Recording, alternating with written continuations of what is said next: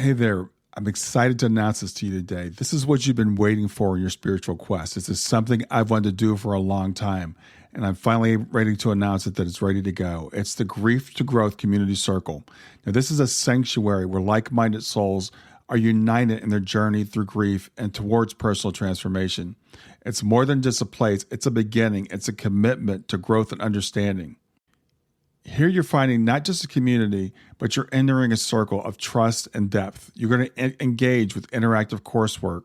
You'll dive into exclusive podcast episodes and partake in discussions that illuminate the path from mourning to empowerment. This is a realm where every question is honored and every individual's journey is validated. To be part of this exclusive circle, visit us at grieftogrowth.com/community or look for the chat icon at the bottom of every page on the main website. Remember that entry is a privilege because I want to ensure that every member is as dedicated and genuine as you are. You must apply to join, but the journey within is worth every step. So go ahead and join us today. Check it out, grieftogrowth.com/community, and I look forward to seeing you there. Hi there. Welcome to the Grief to Growth podcast. Your host is Brian Smith, spiritual seeker, grief survivor, and life coach. Brian believes that the worst tragedies of life provide the greatest opportunity for growth. Brian says he was planted, not buried, and he's here to help you grow where you've been planted. In each episode, Brian and his guests will share what has helped them to survive and thrive. His sincere hope is that this episode helps you today.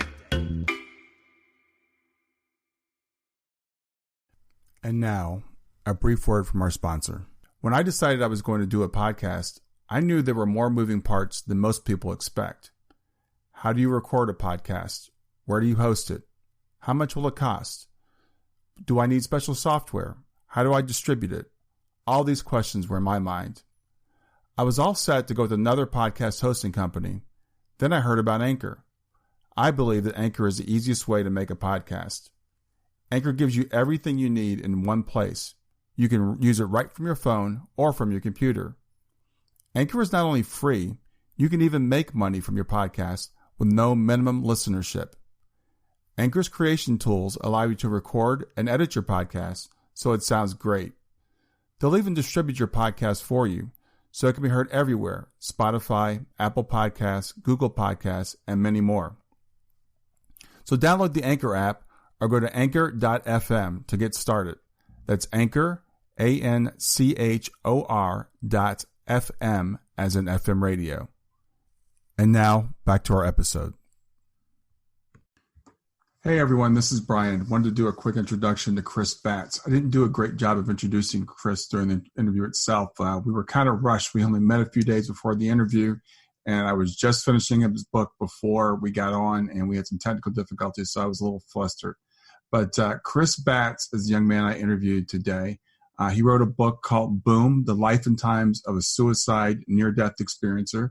Chris's near-death experience is kind of unique in the sense that, they're all unique in one sense or another, but Chris actually had an NDD after a suicide.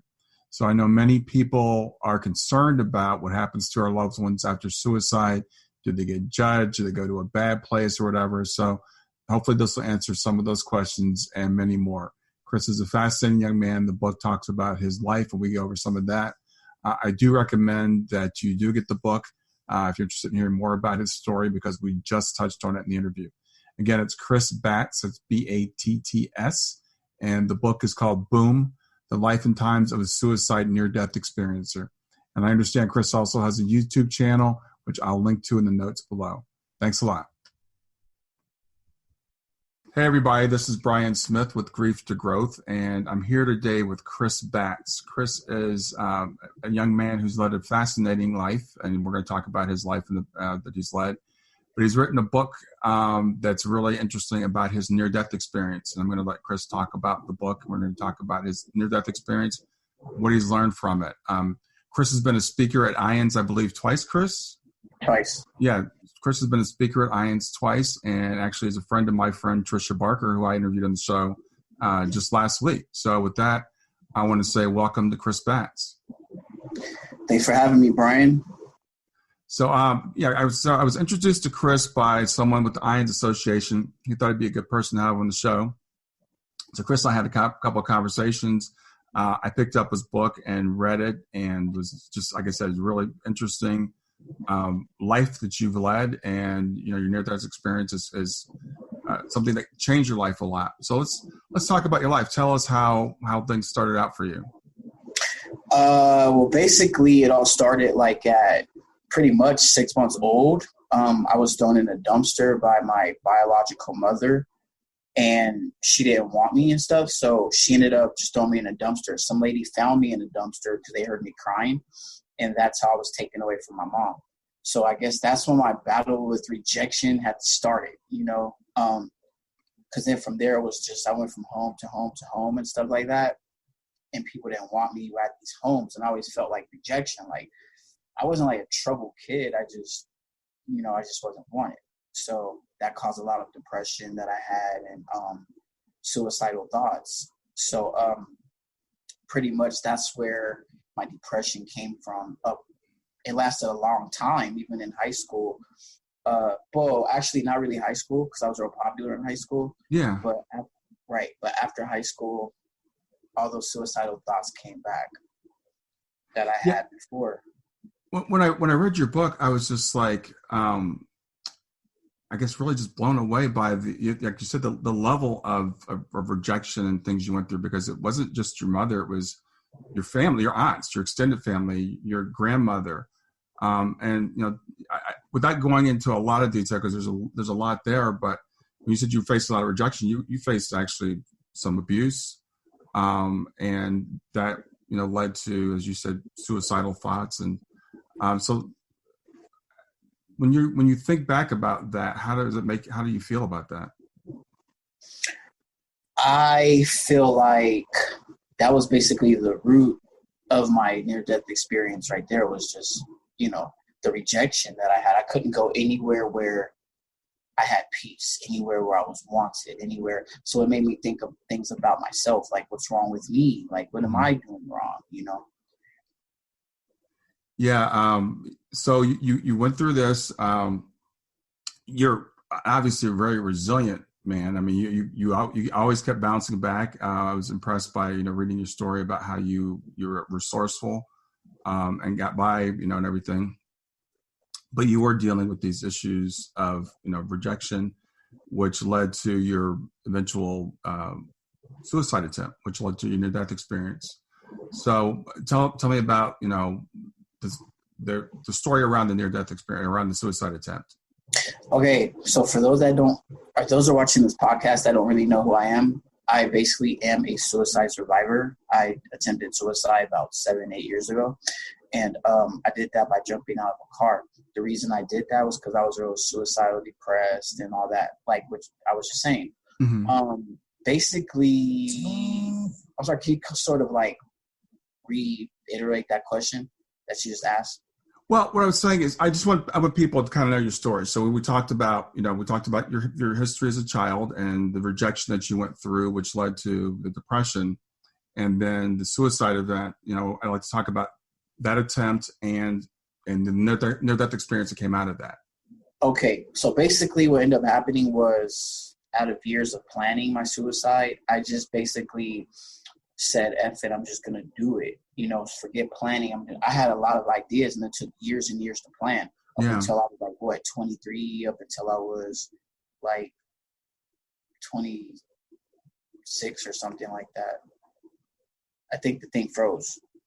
Hold on one second. Pause the recording. All right, we had a little technical difficulty there, but we're back. So we're talking about your suicide attempt. As you said, you had kind of planned it before. Actually, you had an earlier attempt when you were a young child, right? Right. Actually, I was 8 years old, and I had cut myself for the first time in my wrist, and that basically didn't work. I guess I cut it the wrong way because I was still alive.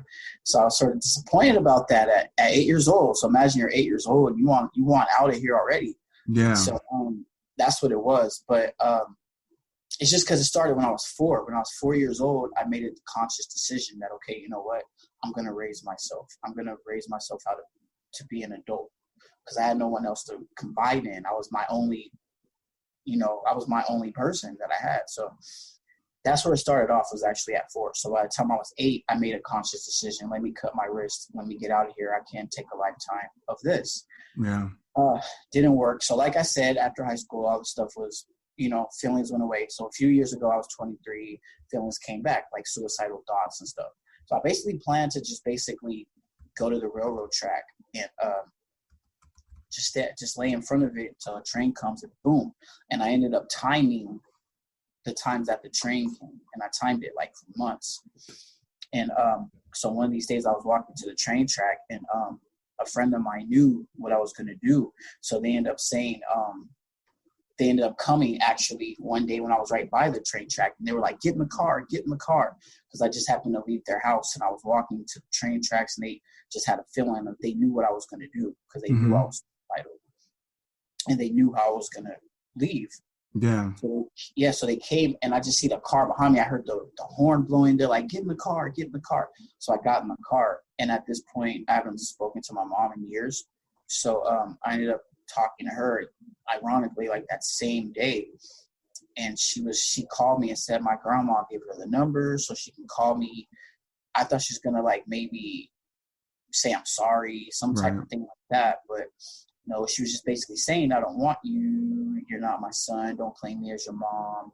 I never wanted you. And my grandma used to tell me the same thing. Like, we never wanted you. I never wanted your mom. Stuff like that. So when she said my grandma gave her my number, I'm like, why the heck would she do that? And so basically, as I'm talking on the phone while I'm in my friend's car, I ended up, when my mom tells me all this, I'm not your mom, I don't love you and all that, and she said, I'm not your mom. And I said, well, you never were, F you never were, rolled down the window, tossed out the phone. And then I just looked at my friend next to me, because I was in the passenger seat, they're in the driver's seat. So I just looked to my friend next to me and said, under my breath, I said, F this, opened the door, and jumped out and hit my head on the concrete. I guess my face also hit and the body hit the concrete. I don't remember any of that, but the only thing I just do remember is the back of my head hitting the concrete. And then I heard this like muffled boom sound. And that's when I left my body. And I looked up and was like, wait, because before I even left my body, I thought I just fell. And I was just like, oh, that hurt. So then I got up, and then and something kept telling me, like, I wouldn't get up. I wouldn't do this if I were you. I wouldn't do that if I were you. So I look like down, and I'm like, wait, how am I here standing up? But then right here, I see my body. That's just weird. So I'm like, okay, I'm just going to walk home now. I'm going to go get something to eat. Yeah. Yeah. Not knowing I was literally dead, Yeah. So, yeah. So I took like maybe 2-3 steps, and poof, I'm in this void. And then that's when God basically comes to me. I felt God's presence. And when it's God/source, you just know who it is. And basically, I thought I was going to burn. I thought all the stuff I was taught from church, I was going to burn in hell and all this stuff, killing myself. I'm like, I didn't read the Bible before I killed myself. I'm going to burn now. But what ended up happening was God just basically got on his knee, gave me a hug, and, I felt his like arms like around me, like tight, and I didn't want him to let go. And he told me like, I love you. So I'm just like, and then he's like, you're good enough and all that. I thought I wasn't good enough to be in God's presence. I'm like, why am I in your presence? Like, okay, let me just leave you here. Let me go back. Let me get perfect. And then I'll come back to you and talk. Like, that's how I was. Well, this is the religious background you're brought up with, right? Right. Yeah. And I'm like, I'm not perfect. Let me just go. I'm going to come back and I'll come back to you, God. Like, I promise, Yeah. And, yeah. So he's like, no, I want you now, like how you are now. And I felt like all these mistakes around my body. That's hard. That sounds weird, but I felt like little blemishes all around me, like certain mistakes. I'm like, no, you don't want me. You don't know. Let me get rid of this, and then I'll come back and we'll talk. And he's like, no, I want you now, like how you are. And I just felt him like get on his knee, give me a hug, and he's like, I want you, I love you. Then I'm like, okay, well, what am I supposed to do if I'm going back to Earth? You want me to? What am I supposed to tell people? They're crazy. And he says, okay, I want you to go and tell everyone that I love them. And I'm like, wait, what? Like, you're not going to tell me a chapter of a verse in the Bible to read to people and stuff? Like, I want you to tell everyone that I love. Go and tell everyone that I love them. Mm-hmm. So that's all. So he gave me a hug. He's like, asked me, do I want to meet my guardian angels? I said, no. I didn't believe in them at the time. And whatever. So he just kept talking to me, tell me how he loves me, how, he also said, I'll go to the end of the world so everyone is with me. And I was like, wow, humans can't make up this stuff. Mm-hmm. And so basically, poof, then I'm midair, and then I see my guardian angels. Literally, I see these people. I see my guardian angels. One on my left side is like a beetle creature that's like maybe 5 to 6 feet with wings that are wide. Mm-hmm. And this one kind of had like a stern attitude. It was like, are you sure you want to go? And I was like, this one was kind of mean. So I looked over at my right angel. Mm-hmm. This one was like more human than anything. And he had like a red flannel shirt with the sleeves rolled up to his elbows. And then like this brown curly hair. Mm-hmm. And he had like blue jeans and sandals. It was weird. And he was about maybe 6 to 9 feet tall. And so I remember looking at his foot and I was like, wow. I'm like, if you were to step foot on this floor, like half my city would blow up. And he's like, yeah, we have too much light. We're not allowed to step on the earth.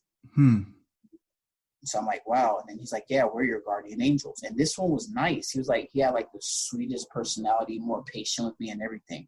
And he tells me, he goes, you have so much to do for so many people. And I didn't get it at that time. But I'm like, me? What am I supposed to do? Like, what the heck? Like, I'm a suicidal person. Like, my whole life sucks. Like, what do you want me to do? But, he's like, we love you. And then he tells me, look down. And then this angel on this side also tells me, look down. So I look down on my body and I see myself just lying there. And I'm like, wait a minute. How am I literally there and I'm here at the same time? So they said, no, look again. You need to see this. So I looked down again, and it was like a zoomed-in camera. They zoomed in. So my friend that I was with in the car off to the side. Then I see the paramedics over this way. And then, that's when it's all coming back to me now. It's crazy. Mm-hmm. And I was like, wow, like, how am I here? Like, and I'm looking at my body, and they're like, well, you need to see this right now. And just looking at my own body, just laid out. I'm dead. I'm like, oh, my God, I'm dead. Like, but I'm still here. So you mean to tell me that this stuff really does happen? Like, there's really life after death? They're like, there's life after death. And they told me, and it's like this one, the like kind of strict one on this side, he kind of had like that attitude where like, why aren't you working? But more like, why aren't you spiritually working? Like, why aren't you helping people? Why aren't you loving people? That was his main thing. And I'm like, well, I didn't know I was supposed to do that. And so basically they told me just go back. They left it up to me. They asked me even, do you want to stay or do you want to go? Mm-hmm. And I'm like, okay, I guess I'll go back. It took me a while, but I'm like, you know what? You guys are right. I have a lot of people to help. I'm going to go back to Earth. Boom. That's when I was asleep, I guess. And I woke up a few days later in the hospital. And that's like when I woke up, the first thing I seen was the nurses. And they were like, oh, my God, the miracle. We thought you were gone. Yeah. Yeah. So I was, of course, intensive care or whatever. And and they were like, oh, my God, we thought you were gone. We didn't know, So, they said I've been gone for a few days. Yeah. So there was one part of your experience that when I was reading your book that I'd like to go back to. You talked about how, you felt like you needed to be perfect in front of God, but there were some videos that God showed you, right? Oh, yeah. Okay. The part where God was showing me videos, he basically was showing me like this video of like this skateboarder dude, like with a blunt or joint in his hand, just on a skateboard, just skating. He's all like, I love him. Then there's another like prostitute girl walking with like prostitute clothes, and he's all like, I love her. Then you have like this other like mean dude just walking. He's like, I love him too. And just certain people I'm seeing, and it was like a movie screen videos he's showing me. And he's like, I love all of them, like the same, you know. He didn't have favorites, and so and then I was like, well, what about? And I was gonna ask about like the devil or the evil one, but just before I could say anything, he kind of just like points to the left, and I look way to the left, and there's like this like creature wrapped in chains, and there was a snake wrapped around him. And then he's like, don't worry about that. Like, that's not for you. Okay. Like, you just do what I say and tell everyone that I love them. Yeah. So you got your mission. So I want to ask you this, because I talked to a lot of people that had near-death experiences, and I want to ask you about your life. And it was, I think we could say it was rough. I mean, reading your book, I'm like, you were treated like Cinderella. I was talking to my daughter the other day. She was home, and I was talking about your book, and I'm like, so how do you feel? Do you feel that like that is that soul planning? Do you believe in soul planning, or how do you feel about your life prior to this experience? I feel like prior to the experience, yeah, just like I said, just really like I was scared. I was really scared. Yeah. I thought I was going to burn because of the stuff that I was taught in church. And we seen people that treated me the way they did. We were still in church every day and almost of the week, like Monday, Wednesday, Saturday, Sunday. Like, we were always in church and stuff like that. So at this point, like, I really honestly didn't care what was going to happen. I just said, whatever happens, happens, and that's it. Yeah. Yeah. So you have this experience, this near-death experience, and so a lot of times when people have near-death experiences, they're changed afterwards. I mean, they're profoundly changed, and you were. I mean, so talk about how your life has been since then.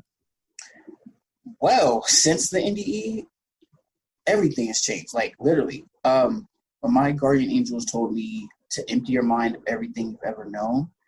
We're going to teach you what you need to know. They told me that a little bit after I got out of the hospital. And I remember, because it took a while to get my speech back, because when I would try to talk, like, my tongue would get stuck. When I would try to say a word, I couldn't really walk that well, because I was even wheelchaired out of the hospital when I left, so I couldn't even walk that well. So it was like, and I couldn't smell for it. I couldn't smell, I couldn't taste, none of that. So that's when they told me, we need you to empty your mind of everything you've ever known. We're gonna teach you what you need to know. So everything started changing. Like, they started really saying, like, maybe certain words that I say, the way that I say certain words, the way that I walk, the way that I talk. They taught me my 7 energy fields, my chakra fields, and this is just coming from them. And like, there's so many things that change. Like, even when I go outside, I might see the plants and the trees and the sky, and I'm all like, what's up, trees? What's up, sky? Like, I see them like actual, like, people, you know what I mean? Like, I see them as actual, like, beings. Like, it's not, oh, that's just a stupid plant. It's a lot different to me now. Now it's more like, hey, that's a plant. Like, love your plant. Yeah. It's Animals, some people dismiss near-death. Go ahead. No, I was just saying, animals the same thing too. Like, I used to say, oh, it's just an animal. Now I'm like, it's an animal. I guess they have a personality too. Yeah, I'm always fascinated by near-death experiences, and some people say they're just figments of your imagination. It's imagination of a dying brain. But one of the things I think that's evidence of near-death experiences being real is how profoundly people are changed, after they come out of them. And in your case, I think one of the fascinating things is your angel communication. That you're still in touch with your angels, and I love it. Yeah. So talk about how they're a part of your life now. Well, now they basically, they're my best friends. I ask them for everything. Like, well, not everything. There's certain things I don't ask. Certain things I'm like, let me figure this out on my own. But like, there's certain things, like, maybe I'll say, hey, let me do this outfit. Let me wear this outfit for there. Let me spend my money on this or that or that. Like, right now, they're teaching me about, like, money management, how to basically don't spend your money so stupidly just because you have it, like that type thing. So I couldn't do that by myself, and they're sort of starting to help me on that. So you have to basically be open to listen and take their advice on things. So, like, with the money management thing, right now, like, my my mind is starting to get open on that. Things they've taught me, like even with this chakra fields, the energy centers we have. I mean, there's a lot of things I talk about. There might be something I say, I want to walk this way to go to the store, and they might say, no, let's walk this way to go to the store. Like, so it's just certain. There's a lot of things. Like I'll say, well, maybe let me eat this pizza, and they'll say, no, maybe you should eat the sandwich instead. It's healthier. So, or maybe I should do this. No, you shouldn't be around these people. You should be around this person. Like, so they really, it's like literally anything you need advice with, they help you. Yeah. So, and so would you say we all have access to angels like this? Oh yeah. Everybody does. Yeah. Everybody, not just one person is better than the other. It's where, they have angel communication, they're gifted. No, I believe in my heart that anybody that wants to get a hold of their angels can. So, and I read something in your book. You talked about how the angel communication, how we can differentiate that from our own thoughts. Because when you said the angels communicate with you, you don't still physically see them, and you're not hearing them in your ear. Stay with us. We'll be right back. Hey there, something I want to tell you about today. My podcast platform, Buzzsprout, has recently made it easier for me to allow you to support me financially. Go to www.grieftogrowth.com/subscribe. That's grief2growth.com/subscribe. And once you're there, you can sign up to support me financially. Now you can do it for as little as $3 a month, or of course, as much as you'd like. If you do that, you'll get access to bonus episodes, and you'll see those in the regular feed. They'll have a lock on them. But when you become a subscriber, you'll actually get access to your own private feed, and you'll be able to listen to the regular podcast along with the bonus podcast for the subscribers. I want to thank you for listening. I want to thank you for sharing the podcast. And I want to thank those of you who support me financially. Have a great day, and on to the episode.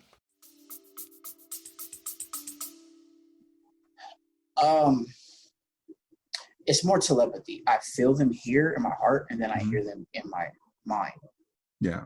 So if another entity, because there's a lot of, it's like, keep in mind, there's a lot of entities that roam the world. So other entities might come and say something to me, but it's just like me talking to you. If someone came to me and said, I'm Brian Smith, I'd be like, no, you're not. I just talked to Brian Smith. That's what it is. So if somebody comes to me and says, oh, I'm your angel, I'll be like, what? No, you're not. You're a whole completely different person. You just know the difference between who's talking to you. And if it's my angels, I know exactly which one is saying what. Yeah, when I was reading this, because I'm trying to figure out, okay, how do I get in touch with my angels too? And I like I said, I just interviewed Trisha, and she's got angel communication. So I'm always asking, how do I do this, right? So I really like what you said about, and you just said it there. It's like, first you feel the emotion, you feel it in your heart, and when you feel it in your heart and you hear it in your head, that's when you know it's your angel, right? Right. And that, I would think that would be true of our other loved ones that are in spirit too. Like my daughter is in spirit. And when I feel like there's a time when I feel that I can feel her with me, and then I hear her put thoughts into my head. Oh yeah, that's how it works. That's exactly how it works. Yeah. So and you talked about the angels, like their daily part of your life. You were saying they helped you with your you said everything from your posture to the way you walk to. They help me at work. I mean, if you have I work with special ed kids, and there might be a time where a kid might just act out, and you don't know what's going on with them. They're just flipping out and stuff. And because I remember one good time, one of my angels were like, take them outside and let them feel on the walls. They might want to feel things. So literally I took this kid outside while he's just screaming and crying. I took him outside, and I just had him feel on the walls, and just sat there. He felt on the walls, and he just had his eyes closed, and he's just listening to the wall while he feels it. And it calmed him down. Yeah. And that's stuff that you're not taught from people, because you don't get trained for these types of jobs. They're just basically like, you test, and then they're like, okay, you passed the test, you're hired, go out there. It's like they don't train you on this stuff. It's stuff you figure out. So a lot of my training came from my guides. Yeah. And from, of course, other people that I work with too that have more experience than me, but a lot of it came from my guides. Yeah. So, you've had this, this incredible life, and you had the thing with the near-death experience and the angels. So what would be the message you would say to people that are saying, what's the purpose of me being here? Why am I going through the things that I'm going through? What would you say to people that would ask those questions? I would say I was like that too. I didn't think I had a purpose, but I realized, oh my God, I have a bigger purpose than I ever imagined. And that's to help people and spread love. I'm only one person.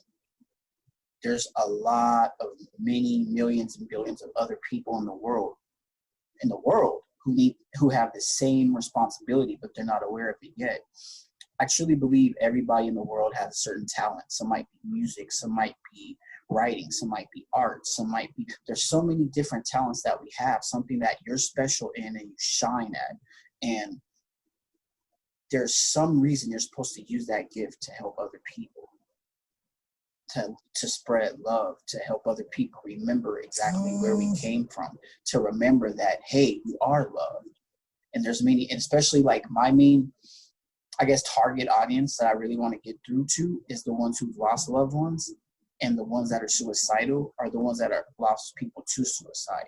So me being a suicide survivor, I want basically to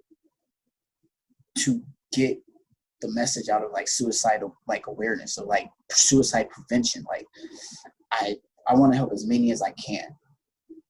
And I'm only one person, so I can only do so much by myself. So I also need many other people to help me with that. So what would you say would be the reason for your wanting to leave? Did it because you didn't feel like there was a purpose, or was life too painful for you? Oh, I feel like I had no purpose to be here. I felt like, wait, why am I here? Why am I going through all this stuff and I'm still here while other people are living all good lives and they're successful and they're happy and they're this and that? And I'm like, so when is my happiness going to come? But I felt like there was no reason for me to be here. So I said, forget it. I'm out of here. And that's the main reason I wanted to leave. Yeah. But this experience obviously changed that for you, right? All 100%. Yeah. So you've written a book. I want to actually talk about your book because I didn't do a good job of introducing you with the book. It's called Boom, The Life and Times of a Suicide Near-Death Experiencer. And it's by Chris Batts, and that's Batts, Batts. It is a gripping tale, I will say. It's, reading your book, I'm so impressed with, like I said earlier, your resourcefulness and your resilience going through what you went through. And I want people to understand, because we can't go through all of the book right now, but when you did decide to take your own life, it wasn't something that was like, I'm having a bad day. I mean, you went through a lot that, to that point. But what I see looking at you, Chris, is the amazing purpose of your life, and the people, like you said, the people that you can reach out to now, and the lessons that, God brought back to you. Because I think a lot of us feel at times, why am I here? What's my purpose? People that haven't gone through things like you've gone through. Why is God allowing these things to happen to me? I deal with a lot of, parents who have lost children, and it's, it's the most common question, why did this happen to me? Why me? Yeah. Why me? Yeah.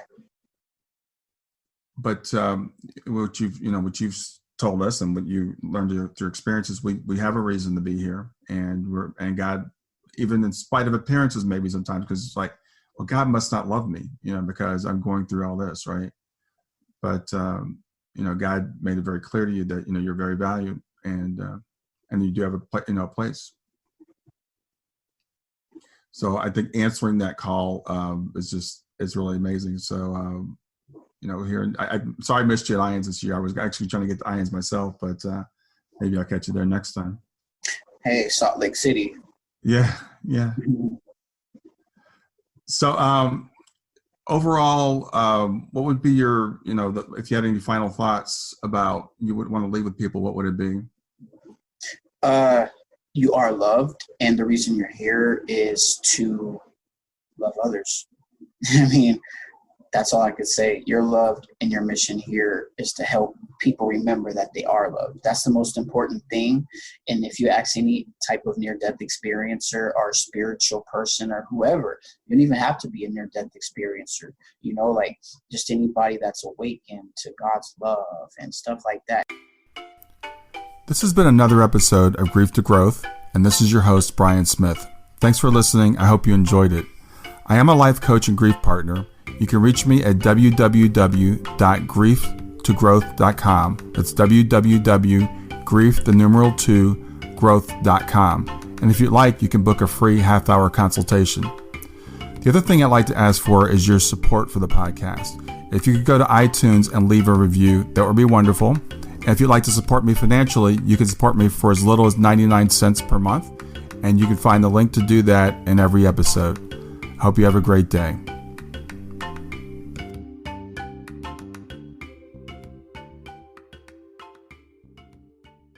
Hi there. I hope you enjoyed this latest episode of the podcast, and I'd love to hear your thoughts.